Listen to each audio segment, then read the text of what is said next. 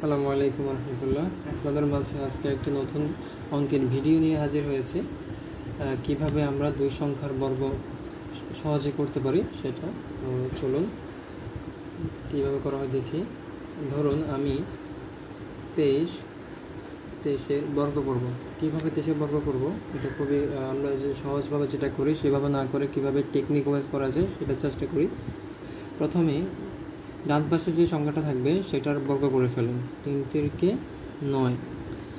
এখন আমরা যদি ধরি এখানে তিনটা সংখ্যা আছে 2, 3 এবং 2, আমরা তিনটার একসাথে গুণ করব। 3 দুগুণে 6, 6 দুগুণে 12, 12 বসাবো 2, হাতে রইল 1। এখন ডান পাশ চলে গেল, 3টা চলে গেল, এখন বাকি আছে বাম পাশ। এখন আমরা বাম পাশটা গুণ করব। 2 দুগুণে 4 আর হাতে আছে 1, 4 আর 5, 4 আর 1 5।